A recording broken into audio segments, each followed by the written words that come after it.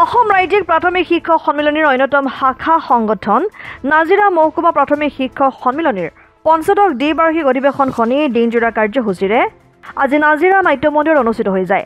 পতাকা উত্তোলন স্মৃতি তৰ্পণেৰে আৰম্ভণি কৰা হয় অধিৱেশনৰ কাৰ্যসূচীৰ। নাজিৰা মহকুমা প্ৰাথমিক শিক্ষক সন্মিলনীৰ সাধাৰণ সম্পাদক শৈলেন্দ্ৰ কলিতাই আধৰা অধিৱেশনখনিৰ মুকলি সভা উদ্বোধন কৰে অসম ৰাজ্যিক প্ৰাথমিক শিক্ষক সন্মিলনীৰ প্ৰাক্তন সভাপতি থানুৰাম বুঢ়াগোহাঁই। সভাত সভাপতিত্ব কৰে নাজিৰা মহকুমা প্ৰাথমিক শিক্ষক সন্মিলনীৰ সভাপতি প্ৰকাশ কুমাৰ নাথে।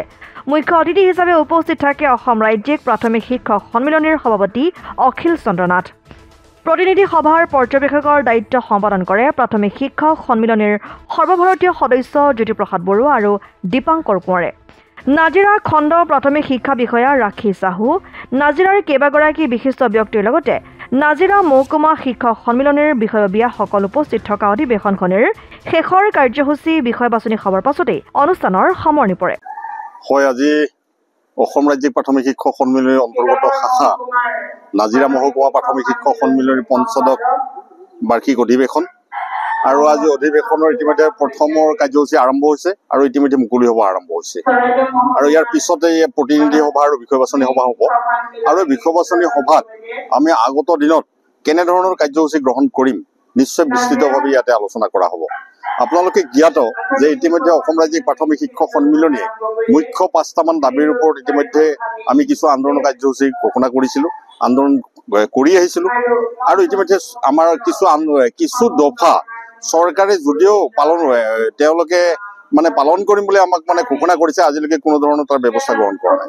বিশেষকৈ প্ৰধান শিক্ষকৰ পদৰ ক্ষেত্ৰত যোৱা জুলাই মাহতে তেওঁলোকে কেবিনেটে সিদ্ধান্ত গ্ৰহণ কৰা বুলি ইতিমধ্যে প্ৰচাৰ মাধ্যমৰ যোগে জানিব পাৰিছোঁ আৰু কেবিনেটত এই সিদ্ধান্ত গ্ৰহণ কৰিছে যে অসমৰ প্ৰাথমিক বিদ্যালয়সমূহত প্ৰধান শিক্ষকৰ পদ প্ৰদান কৰা হ'ব।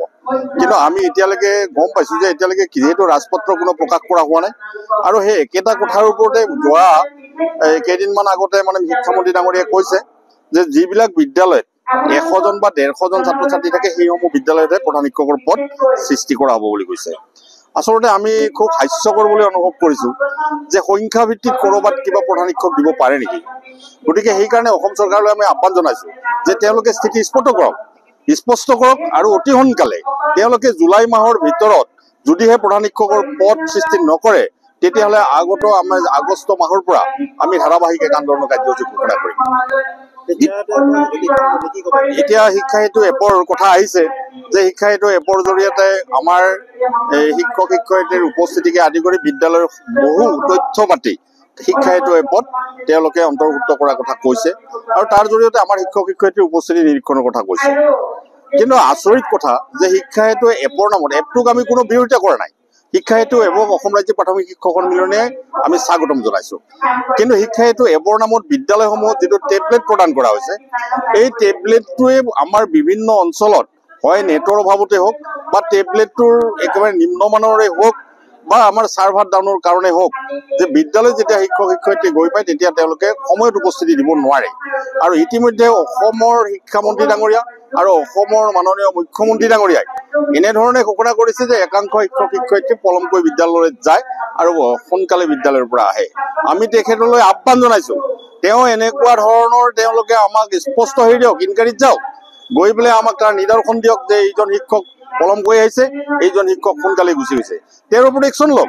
আমি অসম ৰাজ্যিক প্ৰাথমিক শিক্ষক সন্মিলনী কেতিয়াও তেওঁলোকক কোৱা নাই যে তেনেধৰণৰ শিক্ষক শিক্ষয়িত্ৰীক তেওঁলোকক আমি বচাবৰ কাৰণে আমি কেতিয়াও আগবাঢ়ি নাযাওঁ। কিন্তু মুখ্যমন্ত্ৰী ডাঙৰীয়াই যেনেধৰণৰ ভাষ্য ৰাখিছে তেওঁলোকে সতৰ্ক হওক যে আমাক তেওঁলোকে কৈছে যে ইতিমধ্যে তেওঁলোকে শিক্ষা সেতু এপৰ আলম লৈ তেওঁলোকে এনেধৰণৰ বক্তব্য প্ৰদান কৰিছে মুখ্যমন্ত্ৰী ডাঙৰীয়াই কেইদিনমান আগতে যে আমাৰ একাংশ শিক্ষক শিক্ষয়িত্ৰীয়ে তেখেতসকলক তেখেতৰ দলক যোৱা লোকসভা নিৰ্বাচনত ভোট প্ৰদান কৰা নাই। কি হাস্যকৰ কথা। তেওঁ এজন অসমৰ মালিক, যিটো গোপনীয়, য'ত এটা ভোট প্ৰদান কৰাৰ ক্ষেত্ৰত যিসকল ব্যক্তি তাত ভোট প্ৰদানৰ ক্ষেত্ৰত ডিউটিত থাকে তেওঁলোকৰ কিবা কাৰণত যদি সেই ভোটৰ ক্ষেত্ৰত কোনোবাই কিবা তথ্য গম পায় তেতিয়াহ'লে সেইজন ব্যক্তিৰ ওপৰত কিন্তু একশ্যন লোৱা হয়। কিন্তু অসমৰ মাননীয় মুখ্যমন্ত্ৰী ডাঙৰীয়াই কেনেকৈ জানিব পাৰিলে যে 30% শিক্ষক শিক্ষয়িত্ৰীয়ে ভোট প্ৰদান কৰা নাই? এইটো আচৰিত কথা আৰু অসমৰ এগৰাকী মুখ্যমন্ত্ৰীৰ মুখত এনেধৰণৰ বক্তব্য প্ৰদান নকৰিবৰ কাৰণে আমি তেখেতলৈ আহ্বান ৰাখিছোঁ। দ্বিতীয় কথা হ'ল আমি দেখিছোঁ যে এতিয়া আমি সদায় আহ্বান জনাইছোঁ যে অসমৰ শিক্ষা ব্যৱস্থা উন্নত কৰিব লাগে। তেওঁলোকৰ যিখিনি দুৰ্বলতা যে আজিৰ তাৰিখত পৰীক্ষা হৈ গ'ল জুনৰ 18 তাৰিখৰ পৰা তেওঁলোকে ছাত্ৰ ছাত্ৰীৰ হাতত অভ্যাসন বহি তুলি দিব পৰা নাই। আজি ছাত্ৰ ছাত্ৰীৰ হাতত সম্পূৰ্ণ কিতাপ উঠাই দিব পৰা নাই। তেওঁলোকে যিটো ফ্ৰী টেক্সট বুকৰ কথা কৈছে, যিটো RT এক্টে কৈছে যে সম্পূৰ্ণ বিনামূলীয়া যিহেতু পাঠ্যপুথি যোগান ধৰিব লাগে, আজিৰ তাৰিখলৈকে তেওঁলোকে বিদ্যালয়সমূহত সম্পূৰ্ণ পাঠ্যপুথি যোগান ধৰিব পৰা নাই। আমি বিভিন্ন মহকুমাৰ পোৱা তথ্য অনুযায়ী হয়তো লেটেষ্ট জুনৰ শেষৰ পিনে শিক্ষা সেতু এপৰ পৰ্টেলত যিবিলাকে পাঠ্যপুথি পোৱা নাই ঠিক তেনেধৰণে তেওঁলোকে অন্তৰ্ভুক্ত কৰাৰ কথা কৈছে আৰু কিছু কিছু বিদ্যালয়ত মাতি নি পেলাই পাঠ্যপুথি যোগান ধৰাৰ কথা আমি জানিব পাৰিছোঁ। নাজিৰাৰ পৰা যদুমণি হাজৰিকা ৰিপৰ্ট, অসম আদিত্য।